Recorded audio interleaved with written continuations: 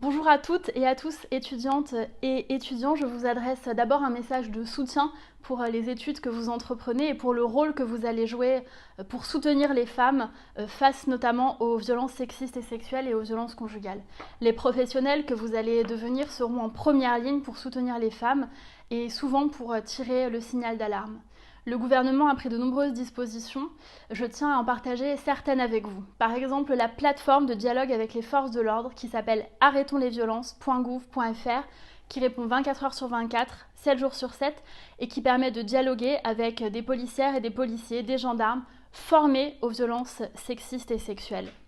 Par ailleurs, le numéro du 3919 répond du lundi au samedi de 9h à 19h. Et il est pendant le confinement possible de donner l'alerte par un SMS aux forces de l'ordre au 114. Nous avons également développé des systèmes d'alerte dans les pharmacies et des points éphémères d'accompagnement des femmes dans les centres commerciaux et à l'entrée de certains hypermarchés et supermarchés.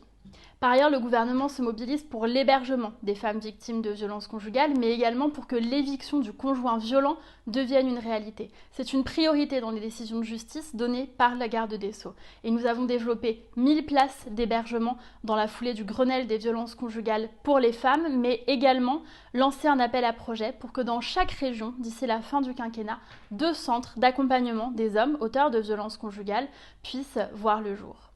Enfin, dans cette perspective de prévention des violences conjugales et d'accompagnement des auteurs de violences conjugales pour prévenir également la récidive, nous avons lancé aujourd'hui même un numéro de téléphone, le 08 019 019 11, qui permet de dialoguer avec des psychologues et des professionnels qui pourront accompagner les personnes qui se sentent au bord du passage à l'acte.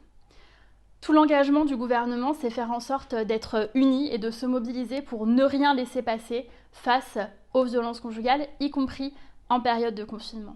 Dans ce cadre, les professionnels, qu'il s'agisse des professionnels du soin, du secours, de la sécurité, ont un rôle primordial à jouer parce que très souvent, c'est à elles et eux que les femmes victimes de violences conjugales ou de violences sexistes et sexuelles se confient en priorité. C'est la raison pour laquelle la formation des professionnels, elle est essentielle et nécessaire, mais leur engagement aussi, parce que ça signifie qu'il faut ouvrir les oreilles, ouvrir les yeux, écouter ces femmes, recueillir leurs paroles. C'est pourquoi, dans le cadre du Grenelle des violences conjugales, nous avons mis en œuvre des outils pédagogiques, notamment la roue des violences, qui permet d'être un guide de conversation et même quand on n'est pas un expert des violences sexistes et sexuelles, de pouvoir amorcer la discussion avec une femme victime de violences conjugales. Il y a toujours une solution à lui proposer, qu'il s'agisse d'un hébergement, d'un accompagnement avec une association, de la rediriger vers un avocat, de travailler à une pré-plainte en ligne ou de se rendre dans un commissariat où le gouvernement forme les forces de l'ordre et propose également des intervenants psychosociaux qui permettent un véritable accompagnement pour ces femmes victimes de violences conjugales et pour leurs enfants.